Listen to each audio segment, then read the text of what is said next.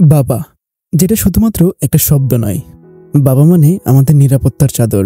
পৃথিবীর আলো দেখার পর থেকে যে মানুষটি আমাদেরকে ছায়ার মতো আগলে রাখে, সেই হলো আমাদের বাবা। বাবা আমাদের জীবনের নায়ক, আমাদের জীবন যুদ্ধের যোদ্ধা, যিনি তার কঠোর পরিশ্রমের মাধ্যমে আমাদের জীবনকে সুন্দরভাবে পরিচালনা করে। আজকের গল্পটি এমনই এক বাবা নামক যোদ্ধার, যে তার একমাত্র আদরের ক্যান্সারে আক্রান্ত মেয়েকে বাঁচাতে এই নিষ্ঠুর সমাজে যুদ্ধ করছে। এই সমাজের দরিদ্র মানুষের জীবন যে কতটা কষ্টের, কতটা নির্মম, এই গল্পটি না দেখলে আপনারা তা বুঝতে পারবেন না। তাহলে চলুন এক অসহায় বাবার জীবন যুদ্ধে। মূল গল্পে যাওয়ার আগে সবার জন্য একটা অ্যানাউন্সমেন্ট রয়েছে।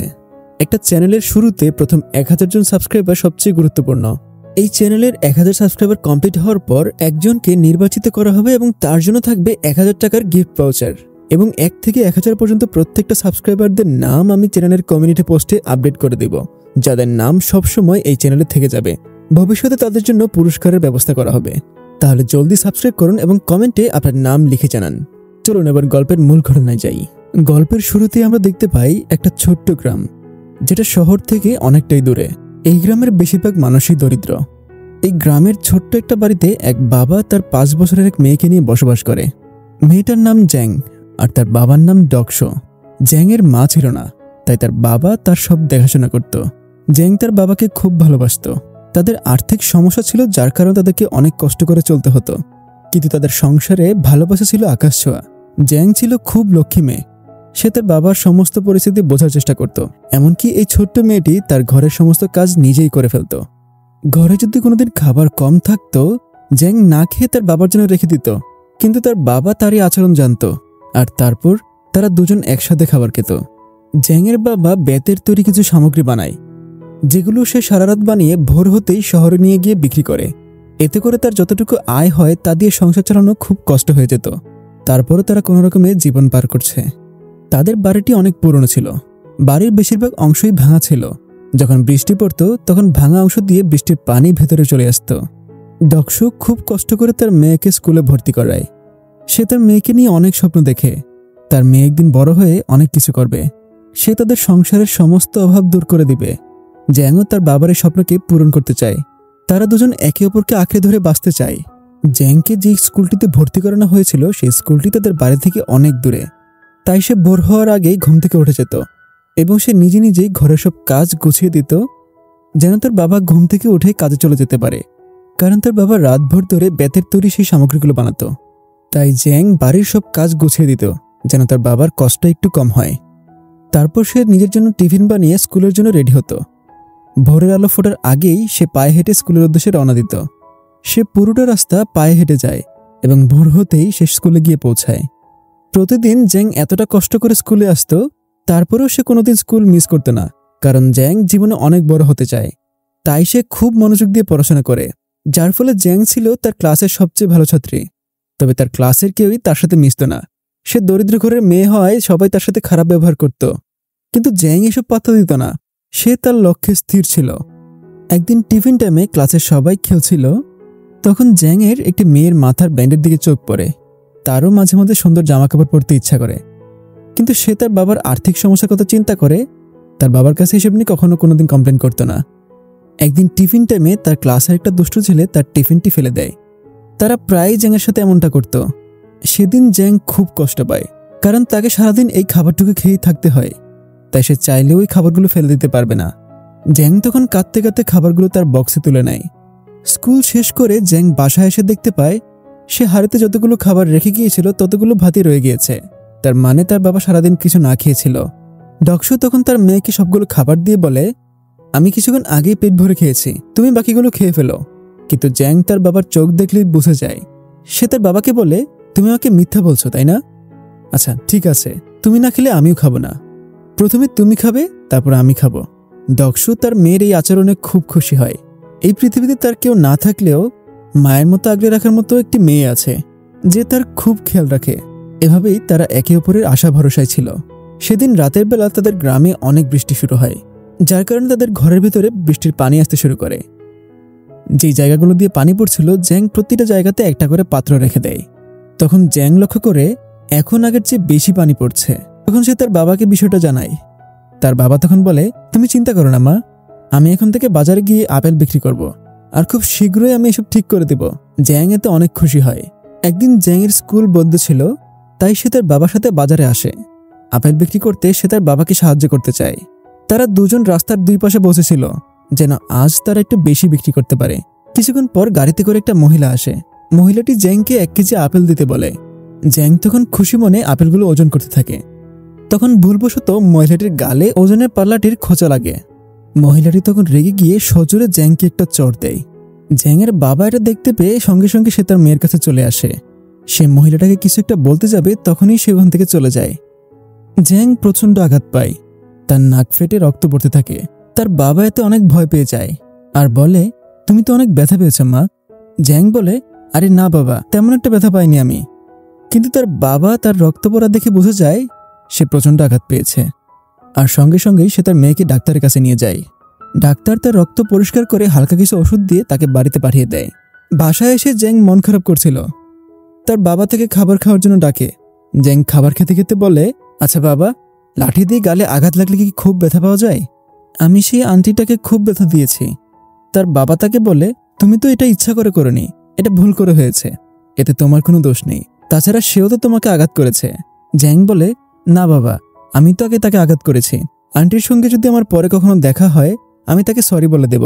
পরদিন সকালে জ্যাং যখন মুখ ধুতে যায় তখন সে দেখতে পায় তার নাক দিয়ে এখনো রক্ত পড়ছে, কিন্তু এটা সে তার বাবাকে জানায় না। তারপর সে বসে স্কুলের হোমওয়ার্ক করছিল, তখন তার নাক দিয়ে আবারও রক্ত পড়তে থাকে। তার বাবা বাড়ি ফিরে এসে মেয়ের এই অবস্থা দেখে ভয় পেয়ে যায়। সে এক মুহূর্ত দেরি না করে তাকে নিয়ে হাসপাতালে আসে। ডাক্তার তখন দেখতে পায় জ্যাংয়ের শরীরে ছোট ছোট দাগ হয়েছে। ডাক্তার এতে ভয় পেয়ে যায়, কারণ এটা ভালো লক্ষণ না। ডাক্তার তখন ডক্সকে বলে, আপনি তাড়াতাড়ি ওকে শহরের হাসপাতালে নিয়ে যান, সেখানে পরীক্ষা নিরীক্ষা করলে বোঝা যাবে তার আসলে কি হয়েছে। ডাক্তারের কথা মতো জ্যাং দেরি না করে তার মেয়েকে নিয়ে শহরে ছুটে আসে। টিকিট কাটার জন্য সে লাইনে দাঁড়ায়, তখন খেয়াল করে তার মেয়ের নাক দিয়ে এখন আরো বেশি রক্ত ঝরছে। তখন সেখানে লিয়া নামক একটা নার্স আসে। জ্যাংয়ের এই অবস্থা দেখে সেও ভয় পেয়ে যায়। তখন লিয়া জানতে চায়, তোমার সাথে এখানে কে এসেছে? জ্যাং তখন তার বাবাকে দেখায়। লিয়া তার বাবাকেও তার সাথে আসতে বলে। জ্যাংকে ইমার্জেন্সিতে ভর্তি করানো হয়। ডাক্তার সব ধরনের পরীক্ষা করে দেখতে পায় জ্যাংয়ের সাধারণ কোনো রোগ নয়, তার ব্লাড ক্যান্সার হয়েছে। তাই তার শরীরে সেই ছোট ছোট দাগগুলো দেখা গিয়েছে, আর এটা ব্লাড ক্যান্সারের প্রথম লক্ষণ। এই কথা শুনে ডক্টর মাথায় যেন আকাশ ভেঙে পড়ে। সে যেন নিজের কানকেই বিশ্বাস করতে পারছিল না। ডাক্তার তাকে বলে, সুস্থ হওয়া পর্যন্ত জ্যাংকে এখানে রাখতে হবে, তা না হলে যে কোনো কিছু হয়ে যেতে পারে, আর চিকিৎসার জন্য 3 লক্ষ টাকা প্রয়োজন। সে ডক্সকে বলে, যত তাড়াতাড়ি সম্ভব আপনি টাকার জোগাড় করুন। ডক্স এতে ঘাবড়ে যায়, কারণ তার এখন যেই অবস্থা, এই মুহূর্তে 3000 টাকা জোগাড় করা তার জন্য অসম্ভব। কিন্তু জ্যাংয়ের চিকিৎসা করানো না হলে তাকে বাঁচানো সম্ভব হবে না। ডক্স খুব ভেঙে পড়ে, কারণ তার মেয়ে ছাড়া পৃথিবীতে আর কেউ নেই। জ্যাংই হচ্ছে তার বেঁচে থাকার একমাত্র কারণ। সে বসে বসে ভাবতে থাকে 3 লক্ষ টাকা কিভাবে ব্যবস্থা করবে। তারপর সে তার বোনকে ফোন করে। তার নাম চিহো। সে তার বোনকে তার মেয়ের এই ঘটনাটি জানায়। চিহু অনেক দূরে থাকে। জ্যাংয়ের কথা শুনে সে সোজা হসপিটালে চলে আসে। ডক্সর বোনও তার মেয়েকে খুব ভালোবাসে। ডক্স তখন তার বোনকে বলে এখানে কয়েকদিন থাকার জন্য, তার মেয়ের দেখাশোনা করার জন্য। টাকার জোগাড় করার জন্য সে গ্রামে ফিরে যায়, তার এক বন্ধুর বাড়িতে আসে। তার নাম ইয়ংসি। ডক্স কাঁদতে কাঁদতে ইয়ংসিকে সবকিছু জানায়। সে বলে, আমার মেয়েটাকে আমি হয়তো আর বাঁচাতে পারবো না। কবে তার শরীরে এই মরণবাদী রোগ বাসা বাঁধলো আমি টেরই পেলাম না। আমার মতো লোকের জন্য কি 3 লক্ষ টাকা ম্যানেজ করা সম্ভব? তার বন্ধু তখন তাকে সান্ত্বনা দেয় আর বলে, দেখো, কোনো না কোনোভাবে টাকা ব্যবস্থা হয়ে যাবে। ইয়ংসির কাছে তখন যত টাকা ছিল সে তার বন্ধুকে দিয়ে দেয়। ডক্স এতে খুব খুশি হয়। তারপর সে তার গ্রামের প্রত্যেকটা বাড়িতে বাড়িতে যায়, তাদের কাছে সাহায্য প্রার্থনা করে। তবে গ্রামের কেউই তাকে খালি হাতে ফেরত পাঠায়নি। সবাই তাদের সাধ্যমতো তাকে সাহায্য করেছে। এমনি করে ডক্স 10,000 টাকার মতো ম্যানেজ করতে পারে, যেটা 3 লক্ষ টাকার কাছে কিছুই ছিল না। তাই ডক্স বাধ্য হয়ে তাদের গ্রামের সবচেয়ে ধনী লোকের কাছে যায়। তার নাম ছিল দাসং। তখন সে তার বন্ধুদের সাথে টাস খেলছিল। ডক্স গিয়ে তার কাছে আগতি করে টাকা ধার চায়। দাসং কিছু বলার আগেই তার এক বন্ধু বলে, সিরিয়াস মুহূর্তে আমাদেরকে ডিস্টার্ব করো না তো, তোমার জন্য এখন আমরা হেরে যাব। তারপর তাকে তারা অনেক অপমান করে। ডক্স সবকিছু সহ্য করেও সাহায্যের আশা সেখানে দাঁড়িয়ে থাকে। কিছুক্ষণ পর দাসং বলে, একটা নতুন বিজনেসের জন্য আমি সব টাকা দিয়ে দিয়েছি, এখন আমার কাছে কোনো টাকা নেই, তুমি এখান থেকে চলে যাও। অসহায়ের মতো ডক্স সেখান থেকে চলে আসে। রাস্তায় এসে ডক্স কাঁদতে থাকে, কারণ সে এখানে খুব আশা নিয়ে এসেছিল। সে ভেবেছিল দাসের মতো ধনী লোক তাকে ফেরত পাঠাবে না। তারপর সে নিরাশ হয়ে তার বন্ধুর কাছে আসে। সে তার বন্ধুর কাছে সবকিছু খুলে বলে। তার বন্ধু তখন বলে, ধনীরা আসলে এরকমই হয়। ডক্সু তখন বলে, আমি আমার বাড়িটি বিক্রি করে দিব। ইয়ংসি তখন বলে, তোমার বাড়ি বিক্রি করলে অর্ধেক টাকাও জোগাড় হবে না, আমাদেরকে অন্য কিছু চিন্তা করতে হবে। তারপরে সিনে আমাদেরকে জ্যাংকে দেখানো হয়। তার পাশের বেডে জিয়া নামে একটা মেয়ে ছিল। সেও ব্লাড ক্যান্সার আক্রান্ত। তাদের হসপিটালে একজন আর্টিস্ট এসেছে। সে তাদেরকে সাময়িক আনন্দ দেওয়ার জন্য তাদের ইচ্ছা মতো ছবি এঁকে দেয়। লোকটি তখন বসে জ্যাংয়ের ছবি আঁকছিল। জ্যাং তখন জিজ্ঞাসা করে, আচ্ছা আঙ্কেল, এই ছবি এঁকে কি লাভ? সে লোকটি বলে, আসলে এটাই আমার কাজ, এর মাধ্যমে আমি টাকা উপার্জন করি। জ্যাং বলে, কত টাকা? সে বলে, অনেক টাকা পাই। জ্যাং তখন লোকটাকে জিজ্ঞাসা করে, আচ্ছা আঙ্কেল, এই টাকা দিয়ে কি একটা বাড়ি মেরামত করা যাবে? সে বলে, অবশ্যই করা যাবে, তুমি চাইলে একটা নতুন বাড়িও করতে পারবে। জ্যাং তখন সেই লোকটির কাছে ড্রয়িং শিখতে চায়, আর সেও খুশি হয়ে জ্যাংকে ড্রয়িং শেখানো শুরু করে। তারপর আমরা দেখতে পাই ডক্সর রাতের পর রাত না ঘুমিয়ে সেই বেতের তৈরি সামগ্রীগুলো বানাচ্ছে। তার ঘরে বিক্রি করার উপযোগী যতগুলো জিনিস ছিল সবগুলো নিয়ে সকালবেলা সে শহরের উদ্দেশ্যে রওনা করে। তারপর সে এগুলো বিক্রির আশায় সারাদিন বাজারে বসে থাকে, কিন্তু তার কাছে কেউই এগুলো কিনতে আসছিল না। কষ্টে তার চোখ ভিজে আসছিল। সে চিৎকার করে সবাইকে ডেকে এগুলো বিক্রি করতে চায়, কিন্তু তারপরেও কোনো লাভ হয় না। কেউ তার কথায় পাত্তা দেয় না। সন্ধ্যায় সে তার মেয়েকে দেখতে হসপিটালে আসে। তার মেয়ে তাকে দেখে অনেক খুশি হয়ে যায়। তারপর জ্যাং তার নিজের আঁকা একটা ছবি তার বাবাকে দেখায়। সে বলে, বাবা, এটা আমি নিজে এঁকেছি। সে তার বাবাকে বলে, বাবা, তুমি জানো এগুলো বিক্রি করে টাকা উপার্জন করা যায়। আমি এখন ড্রয়িং করা শিখে গিয়েছি। সুস্থ হয়ে বাড়ি গিয়ে আমি ড্রয়িং করে এগুলো বাজারে বিক্রি করব, আর তোমার জন্য অনেক সুন্দর একটা বাড়ি বানিয়ে দেব। আমি শুনেছি যে ইটের তৈরি বাড়িতে বৃষ্টির পানি ঢোকে না, তারপর আমাদের কোনো কষ্টই থাকবে না আর। আচ্ছা বাবা, আমি সুস্থ হয়ে বাড়ি ফিরবো তো? মেয়ের এই কথা শুনে ডক্সর বুক ভারী হয়ে যায়।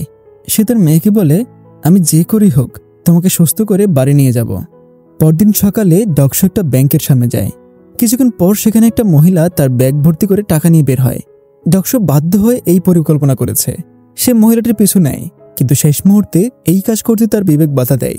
তারপর থেকে ডক্সর বিভিন্ন ছোট ছোট কাজ করতে শুরু করে, কিন্তু এতে করে যে টাকা উপার্জন হচ্ছিল তা দিয়ে 5 বছরও সে 3 লক্ষ টাকা জোগাড় করতে পারবে না। তাই সে বাধ্য হয়ে তার গ্রামের সেই ধনী লোকটার কাছে আবারও যায়। সে কান্না করতে করতে তার কাছে ভিক্ষা চায়। সে লোকটাকে বলে, আমার মেয়ে সুস্থ হয়ে গেলে আমি আর আমার মেয়ে মিলে আপনার এই টাকা শোধ করে দিব। সেই ধনী লোকটা বলে, তোমার মেয়ে আমার টাকা শোধ করে দিবে মানে? ডক্সর তখন বলে, আপনি তো জানেন আমার মেয়ে কতটা বুদ্ধিমান। সে পড়াশোনা অনেক ভালো, বড় হয়ে সে নিশ্চয়ই কিছু না কিছু একটা করবে। দাসং তখন বলে, এসব ফালতু কথাবার্তা বললে আমার মাথা নষ্ট করে না, যাও তো এখান থেকে। কিন্তু ডক্সর কিছুতেই যাচ্ছিল না।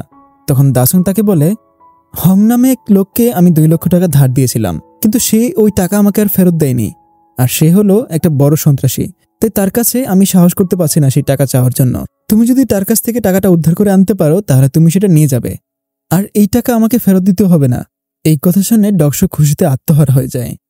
কিন্তু তাদের এই কথাবার্তা আড়াল থেকে ডক্সর ছেলে শুনতে পাচ্ছিল। জ্যাং তার ক্লাসমেট ছিল।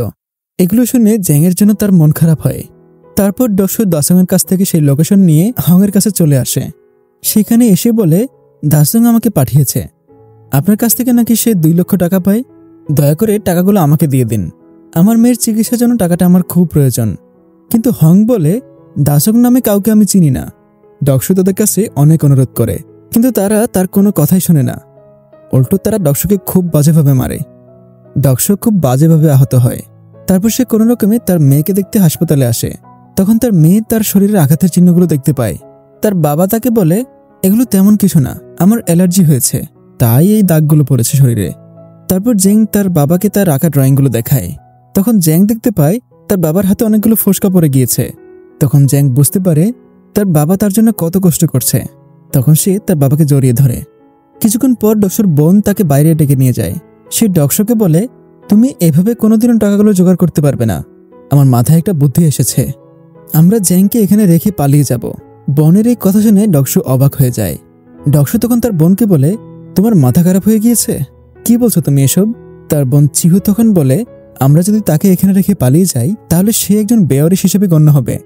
তখন হাসপাতাল কর্তৃপক্ষ এমনিতেই তাকে চিকিৎসা করতে বাধ্য হবে। বোনের এমন কথা শুনে ডক্সর অনেক কষ্ট পায়। তখন সে তার বোনকে বলে, আমার মেয়ে বেওয়ারিশ নয়, তার বাবা এখনো বেঁচে আছে, আমি যতদিন বেঁচে আছি আমার মেয়েকে কখনো একা থাকতে দিব না, আর এতে যদি আমার জীবনও চলে যায় আমি তাতেও প্রস্তুত। চিহু তখন কাঁদতে কাঁদতে বলে, তুমি আমার একমাত্র ভাই, তোমার এত কষ্ট দেখে আমার সহ্য হচ্ছে না। তাছাড়া অন্য একজনের সন্তানের জন্য তোমার এত কিসের মায়া? ডকশো তখন রেগে যায়। তখনই আসলে আমরা জানতে পারি যে জ্যাং ডকশোর নিজের মেয়ে না। আজ থেকে 5 বছর আগে ডকশো জ্যাংকে জঙ্গলে কুড়িয়ে পেয়েছিল। সে জ্যাংকে তার মা বাবার কাছে ফিরিয়ে দেওয়ার অনেক চেষ্টা করে। সে অনেক খোঁজাখুঁজি করেও তার মা বাবার কোনো চিহ্ন খুঁজে পায় না। তারপর থেকে সে জ্যাংকে নিজের মেয়ের মতো বড় করছে। জ্যাংকে সে এতটাই ভালোবেসে ফেলেছে যে যার জন্য সে নিজেও বিয়ে করেনি। কারণ ডকশোর মনে হয় সে যাকে বিয়ে করবে সে জ্যাংকে তার মতো করে ভালো নাও বাসতে পারে। চিহু নিজেও জ্যাংকে খুব ভালোবাসে, কিন্তু তারা কিছুতেই 3 লক্ষ টাকা ম্যানেজ করতে পারবে না। তাই বাধ্য হয়ে তার ভাইকে একথা বলতে সে বাধ্য হয়েছে। ডকশো তার মেয়ের কাছে ফিরে আসে। জ্যাং তখন তার বাবাকে বলে, বাবা আমি এখানে আর থাকতে চাই না, আমাকে বাড়ি নিয়ে চলো। তুমি আমার জন্য আর কষ্ট করো না বাবা, আমার এগুলো আর সহ্য হচ্ছে না। একথা বলে জ্যাং তার বাবাকে জড়িয়ে ধরে কেঁদে দেয়। একদিন ডকশো দেয়ালে কিডনি বিক্রি করে দেওয়ার একটা পোস্ট দেখতে পায়। সে পোস্টার থেকে নাম্বার নিয়ে তাদেরকে কল দিয়ে তার কিডনি বিক্রি করে দেওয়ার কথা বলে। সেখানকার লোকজন তাকে একটা শর্ত জানায়, এর জন্য তাকে প্রথমে 10,000 টাকা জমা রাখতে হবে। কিডনি অপসারণ করার পর তাকে 3 লক্ষ টাকা দেওয়া হবে। ডকশো এবার একটু নিশ্চিন্ত হয়। সে তার জমানো 10,000 টাকা সেখানে জমা দেয়। অন্যদিকে জ্যাংকে হাসপাতালে খুঁজে পাওয়া যাচ্ছিল না। সবাই দুশ্চিন্তায় পড়ে যায়। হাসপাতাল কর্তৃপক্ষ ডকশোকে খবর দেয়। সবাই মিলে জ্যাংকে খুঁজতে শুরু করে। অনেক খোঁজাখুঁজির পর তাকে রাস্তায় খুঁজে পাওয়া যায়। সে তার আঁকা ড্রয়িংগুলো বিক্রি করতে এসেছে, যাতে করে সে তার বাবাকে একটু সাহায্য করতে পারে। তাদের এই দৃশ্য দেখে হাসপাতাল কর্তৃপক্ষ সবাই কাঁদতে শুরু করে। ডকশো তখন তার মেয়ের কাছে গিয়ে বলে, আমাদের আর টাকার জন্য ছুটতে হবে না, টাকার ব্যবস্থা হয়ে গিয়েছে। এরপর থেকে আমাদের আর কোনো কষ্টই থাকবে না, আর তুমিও সুস্থ হয়ে উঠবে। পরদিন ডকশো সেই লোকের কাছে যায় যার কাছে 10,000 টাকা জমা দিয়েছিল কিডনি ডোনেট করার জন্য। কিন্তু দরজায় অনেকবার করানোর পরও সে দরজা খুলছে না। তখন ডকশো সেই নাম্বারে কল করে, কিন্তু নাম্বারটি বন্ধ। তার মানে হচ্ছে লোকটি তাকে ঠকিয়েছে। এই ঘটনায় ডকশো দিশেহারা হয়ে যায়, কারণ তার কাছে টাকা ম্যানেজ করার আর কোনো উপায় নেই। তারপর জ্যাং বাড়িতে ফিরে যাওয়ার জন্য অনেক বায়না ধরছিল। একসময় বাধ্য হয়ে ডকশো তাকে নিয়ে বাড়ির উদ্দেশ্যে রওনা দেয়। বাড়ি যাওয়ার পথে জ্যাং তার বাবাকে বলে, বাবা আমি তো কিছুদিন পরেই মারা যাব। আমার একটা ইচ্ছা ছিল জানো, আমি চাই খুব সুন্দর একটা হেয়ার ব্যান্ড পরে তোমার সাথে আমি একটা ছবি তুলব। আমি যখন মারা যাব তখন আমার কথা তোমার খুব মনে পড়বে। তুমি তখন সেই ছবিটা দেখে ভাববে আমি তোমার সাথেই আছি। জ্যাংয়ের এসব কথাবার্তা শুনে ডকশো কান্নায় ভেঙে পড়ে। বাড়িতে যাওয়ার আগে ডকশো জ্যাংকে নিয়ে একটা স্টুডিওতে যায়। তাকে সুন্দর একটা হেয়ার ব্যান্ড পরিয়ে সে তার সাথে ছবি তোলে। রাতের বেলায় তারা তখন শুয়েছিল। তখন জ্যাং তার বাবাকে বলে, বাবা আমি যদি মারা যাই তাহলে আমাকে সেই পাহাড়ের উঁচুতে কবর দিও, তাহলে প্রতিদিন আমি তোমাকে দেখতে পাবো, তুমিও আমাকে দেখতে পাবে। ডকশো তখন তার মেয়েকে ঘুমিয়ে যেতে বলে, আর তারপর সে কান্নায় ভেঙে পড়ে। অন্যদিকে আমরা দেখতে পাই নার্স লিয়া তার এক বান্ধবীকে কল করে। সে একজন রিপোর্টার। লিয়া তার বান্ধবীকে ডকশো এবং তার মেয়ের পুরো ঘটনাটা খুলে বলে। তাদের গল্পটা বলতে গিয়ে সে কান্নায় ভেঙে পড়ে। পরদিন তারা ডকশোর বাড়িতে যায়। তারা এখানে এসে ডকশোর সম্পূর্ণ কাহিনী শোনে। পুরো ঘটনা শুনে তারা খুব কষ্ট পায়। পরে তারা এটা নিয়ে একটা রিপোর্ট তৈরি করে সবচেয়ে বড় পত্রিকায় ছাপিয়ে দেয়। তাদের এই ঘটনাটি একদিনের মধ্যে পুরো দেশে ছড়িয়ে যায়। মানুষের মুখে মুখে তখন জ্যাং এবং তার বাবার ঘটনা ছড়িয়ে পড়ে। তারপর বিভিন্ন নিউজ চ্যানেল থেকে জ্যাংয়ের ইন্টারভিউ নিতে আসে। জ্যাংকে নিয়ে বিভিন্ন টকশোর আয়োজন করা হয়। তারপর থেকে জ্যাংয়ের চিকিৎসার জন্য বিভিন্ন মাধ্যম থেকে টাকা আসতে থাকে। মানুষ তাদের সামর্থ্য অনুযায়ী তাকে সাহায্য করে যায়। জ্যাংয়ের চিকিৎসার জন্য আবারও তাকে সেই হাসপাতালে নিয়ে যাওয়া হয়। একদিন টিভিতে হোং নামে সেই গুন্ডাটা জ্যাং এবং তার বাবাকে দেখতে পায়। তাদের ব্যাপারে সবকিছু জেনে সে খুব অনুতপ্ত বোধ করে। তারপর সে হাসপাতালে গিয়ে টাকাগুলো দিয়ে আসে। অন্যদিকে দাংসু এবং তার ছেলে নিউজটা দেখতে পায়। তখন তার ছেলে কান্নাকাটি শুরু করে, যেন সে জ্যাংকে সাহায্য করতে যায়। একসময় দাংশুও হাসপাতালে গিয়ে তার জন্য টাকা দিয়ে আসে। এভাবে করে জ্যাংয়ের চিকিৎসার জন্য বিশাল অঙ্কের একটা টাকা জমা হয়, যেটা 3 লক্ষ টাকার প্রায় 10 গুণের সমান। জ্যাংয়ের চিকিৎসা শুরু হয়ে যায়। ডকশোকে তখন খুব আনন্দিত দেখা যায়, কারণ এখন সে তার মেয়েকে বাঁচাতে পারবে। এরপর থেকে প্রতিদিনই জ্যাংকে প্রচুর মেডিসিন এবং ইনজেকশন দেওয়া হয়। একসময় থেকে কেমোথেরাপি দেওয়া হয়, যার ফলে তার চুলগুলো পড়ে যায়। অন্যদিকে আমাদেরকে সেই মহিলাটিকে দেখানো হয় যে জ্যাংকে থাপ্পড় মেরেছিল। মহিলাটি টিভিতে জ্যাংয়ের ব্যাপারে সমস্ত কিছু জানতে পারে। তখন সে অনুতপ্ত বোধ করে, আর প্রায় সঙ্গে সঙ্গে সে অনেক কিছু নিয়ে জ্যাংকে দেখতে হাসপাতালে চলে আসে। কিন্তু হাসপাতালে আসার পর সে লজ্জায় জ্যাংয়ের সামনে যেতে পারে না। তাই সে নোটবুকে সরি লিখে তার আনা গিফটগুলোর মধ্যে রেখে যায়। যাওয়ার সময় সে কিছু টাকাও দিয়ে যায়। তার লেখার নোটটা ডকশো খুঁজে পায়। তার লিখে গেল পরে ডকশো তাকে চিনতে পারে। ডকশো এতে খুব খুশি হয়। কারণ সে অন্তত নিজের ভুলটা বুঝতে পেরেছে। এভাবেই তাদের দিন কাটছিল। জ্যাংকে হাসপাতালে সবাই খুব ভালোবাসে, তার অনেক যত্ন করে। কিছুদিন পর তারা জ্যাংয়ের একটা টেস্ট করে। তখন তারা দেখতে পায় জ্যাংয়ের শরীরের সমস্ত রক্ত দূষিত হয়ে গিয়েছে। তার শরীরের সম্পূর্ণ রক্ত পাল্টাতে হবে, তা না হলে তাকে বাঁচানো যাবে না। জ্যাংয়ের চিকিৎসা নিতে দেরি হয়ে গিয়েছে, আর তার জন্যই এগুলো হয়েছে। ডাক্তাররা তখন ডক্সুকে বলে জ্যাংয়ের পরিবারের কাউকে লাগবে তার রক্ত পরিবর্তন করার জন্য, কারণ সেখানে জিনগত কিছু বিষয় থাকে। এই কথা শুনে ডক্সু চিন্তায় পড়ে যায়, কারণ সে তার মা বাবাকে অনেক খুঁজেছে, কিন্তু তাদের কোনো খোঁজ পায়নি। তবে তার কাছে জ্যাংয়ের ছোটবেলার পুরনো একটা জামা রয়েছে। এই জামাটি নিয়ে রিপোর্টার সমস্ত জায়গায় তার পরিবারকে খুঁজে বেড়ায়, কিন্তু কেউ এ ব্যাপারে কোনো তথ্য দিতে পারে না। একদিন চিহু এবং সেই পেইন্টার জ্যাংকে হাসপাতালের বাইরে ঘুরতে নিয়ে আসে। তখন জ্যাং তার মতো একটা বাচ্চাকে দেখতে পায়, যার চোখ দুটো কাপড় দিয়ে মোড়ানো ছিল। তখন জ্যাং জানতে পারে যে এই বাচ্চাটি কিছুদিনের মধ্যে মারা যাবে, তাই সে তার চোখগুলো অন্য একটা অন্ধ বাচ্চাকে দিয়ে দিয়েছে। এটা শুনে জ্যাং মনে মনে কিছু একটা ভাবতে থাকে। অন্যদিকে ডক্সু অনেক খোঁজাখুঁজির পরেও জ্যাংয়ের পরিবারের কাউকে খুঁজে পায়নি। পরের দিন সকালে জ্যাংয়ের স্কুলের সহপাঠীরা তাকে দেখতে আসে। সেখানে ওই দুষ্ট ছেলেটাও ছিল যে জ্যাংয়ের টিফিনটা ফেলে দিয়েছিল। সে ছেলেটি তখন জ্যাংয়ের কাছে ক্ষমা চায়। জ্যাং এতে খুব খুশি হয়। তখন সে সবার উদ্দেশ্যে বলে, আমি যখন স্কুলে ফিরে যাব তখন তোমরা সবাই আমার বন্ধু হবে। এই কথা শুনে তারা সবাই অনুতপ্ত হয়ে যায়। একদিন হঠাৎ করে জ্যাংয়ের প্রচণ্ড পেট ব্যথা শুরু হয়। ডক্সু এতে অনেক ঘাবড়ে যায়। সে চিৎকার করে ডাক্তারদের ডাকতে থাকে। ডাক্তার এসে তাকে পেইন কিলার দেয়। এতে সে একটু স্বাভাবিক হয়। এরপর ডাক্তার জ্যাংকে চেক করে দেখে জ্যাংয়ের শরীর আস্তে আস্তে খারাপ হয়ে যাচ্ছে। সে এভাবে আর কতদিন বাঁচবে এটা নিশ্চিত বলা যাচ্ছে না। জ্যাংকে হয়তো তারা আর বাঁচাতে পারবে না। একথা শুনে ডক্সু একদমই ভেঙে পড়ে। পরের দিন ডাক্তার যখন জ্যাংকে দেখতে আসে তখন সে ডাক্তারের উদ্দেশ্যে বলে, আমি কিছুদিন পরেই মারা যাব, তাই না? ডাক্তার তাকে বলে, তোমাকে একথা কে বলেছে? জ্যাং বলে, আমাকে মিথ্যে কথা বলতে হবে না, আপনাদের গতকালকে সব কথা আমি শুনেছি। ডাক্তার তখন নিশ্চুপ হয়ে যায়। জ্যাং তখন তার মনের সব লুকোনো কথা ডাক্তারকে বলতে থাকে। আমার অনেক ইচ্ছে ছিল আমি যখন সুস্থ হয়ে বাবার সাথে বাড়ি ফিরবো, আমি পড়াশোনা করে অনেক বড় হয়ে উপার্জন করব। তখন আমি আমার বাবাকে একটা বাড়ি বানিয়ে দিব, যেখানে আমি আর আমার বাবা থাকবো। আমাদের বাড়িটা অনেক ভাঙা, বৃষ্টি আসলে আমাদের ঘরে অনেক পানি ঢোকে। তখন আমার বাবা ঠিকমতো ঘুমাতে পারে না। আমার বাবা আমাকে ভালো রাখার জন্য অনেক কষ্ট করছে, আমাকে ঘুম পাড়িয়ে সারা রাত কাজ করতেছে। আমাদের ঘরে যতই অভাব থাকুক না কেন, আমার বাবা কখনো আমাকে সেটা বুঝতে দেয়নি। সে নিজে সারাদিন না খেয়ে আমার জন্য খাবার জোগাড় করেছে, আর এখন আমি আমার বাবার জন্য কিছুই করতে পারবো না। একথা বলেই সে কাঁদতে থাকে। সে কাঁদতে কাঁদতে বলে, আমি বাঁচতে চাই ডাক্তার, আমি বাঁচতে চাই, কারণ আমি ছাড়া এই পৃথিবীতে আমার বাবার কেউ নেই। আমি আমার বাবার জন্য বাঁচতে চাই। জ্যাংয়ের কথা শুনে ডাক্তারও কাঁদতে থাকে। পাশেই ডক্সু দাঁড়িয়ে দাঁড়িয়ে জ্যাংয়ের সব কথা শুনছিল। তার মেয়ের এই সমস্ত কথা শুনে সে তার আবেগ ধরে রাখতে পারে না। তখন সে মুখ চেপে অঝরে কাঁদতে থাকে। কিছুক্ষণ পর লিয়া জ্যাংকে দেখতে আসে। জ্যাং তার হাতে একটা ডায়েরি দিয়ে তাকে এটা আগলে রাখতে বলে। তারপর এভাবে বেশ কিছুদিন কেটে যায়। জ্যাংয়ের শরীর আরো খারাপ হয়।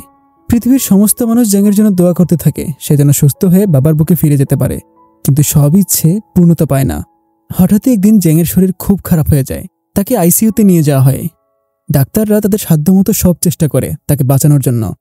অপারেশন চলাকালীন সময়ে জ্যাং ডাক্তারকে বলে সে লিয়ার কাছে একটা ডায়েরি দিয়েছিল, আর এই ডায়েরিটা যেন রিপোর্টারের কাছে দেওয়া হয়। সেই ডায়েরিতে জ্যাংয়ের শেষ কথাগুলো ছিল। কথাগুলো বলার পর জ্যাং শেষ নিঃশ্বাস ত্যাগ করে। জ্যাংয়ের মৃত্যুতে হাসপাতালের প্রত্যেকটা মানুষ, নার্স, ডাক্তার কান্নায় ভেঙে পড়েছিল। যখন নিউজে জ্যাংয়ের মৃত্যুর খবরটি প্রকাশ করা হয় তখন দেশের প্রত্যেকটা মানুষের হৃদয় কেঁপে ওঠে।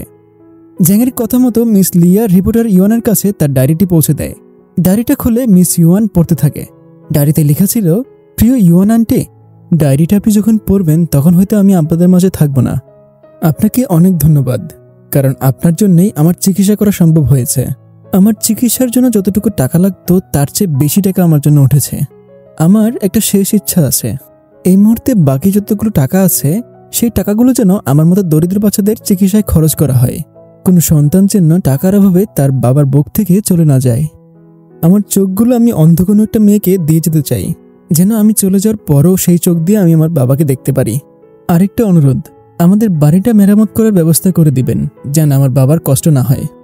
ডায়েরির শেষ পাতায় সে তার বাবার উদ্দেশ্যে বলে, বাবা তুমি ভেবো না আমি চলে গিয়েছি, আমার কথা মনে পড়লে তুমি সেই ছবিটি দেখো, তোমাকে অনেক ভালোবাসি বাবা। লেখাগুলো পড়তে পড়তে রিপোর্টার ইউয়ান ডায়েরিটা বুকে নিয়ে কাঁদতে থাকে। তারপর জ্যাংকে বিদায়ের জন্য প্রস্তুত করা হয়। তার বাবা তাকে তার মনের মতো করে সাজিয়ে তার মাথায় সে হেয়ার ব্যান্ডটিকে পরিয়ে দেয়।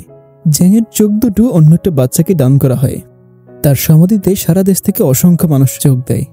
জ্যাংয়ের মৃত্যুর কিছুদিন পর তার চিকিৎসার জন্য সবগুলো টাকা অসহায় বাচ্চাদের চিকিৎসার জন্য খরচ করা হয়, যার ফলে জ্যাংয়ের জন্য অনেক শিশু নতুন জীবন ফিরে পায়। সুস্থ হওয়ার পর তারা প্রত্যেকেই জ্যাংকে ধন্যবাদ জানায়। এই ছিল এক যোদ্ধা বাবা এবং তার মেয়ের গল্প। এটা শুধু একটা গল্প ছিল না, এই ঘটনাটা বাস্তব, যা পুরো বিশ্বকে কাঁদিয়েছিল। এই হলো বাস্তবে ডকশো এবং জ্যাং। জ্যাং এবং ডকশোর মধ্যে রক্তের সম্পর্ক ছিল না, কিন্তু তারপরেও ডকশো জ্যাংয়ের জন্য বিয়ে পর্যন্ত করেনি। এমনকি সে জ্যাংকে বাঁচানোর জন্য নিজের কিডনি বিক্রি করে দেওয়ার জন্য প্রস্তুত ছিল। তাদের ভালোবাসায় কোনো স্বার্থ ছিল না, ছিল শুধু মায়া আর মমতা। বাবা মেয়ের এই ঘটনা প্রমাণ করে দেয় রক্তের সম্পর্ক ছাড়াও ভালোবাসা যায়। ভালোবাসতে রক্তের সম্পর্ক লাগে না, মানুষের সঙ্গে আত্মার সম্পর্ক হলেই হয়। এই ঘটনাটা যুগ যুগ ধরে ইতিহাসে রয়ে যাবে। তো কেমন লাগলো আমাদের আজকের মুভির গল্পটি ভালো লাগলে এমন আরো রোমাঞ্চকর সিনেমার গল্প শুনতে চ্যানেলটি সাবস্ক্রাইব করে আমাদের সাথেই থাকুন। তাহলে দেখা হবে পরের কোনো একটা ভিডিওতে।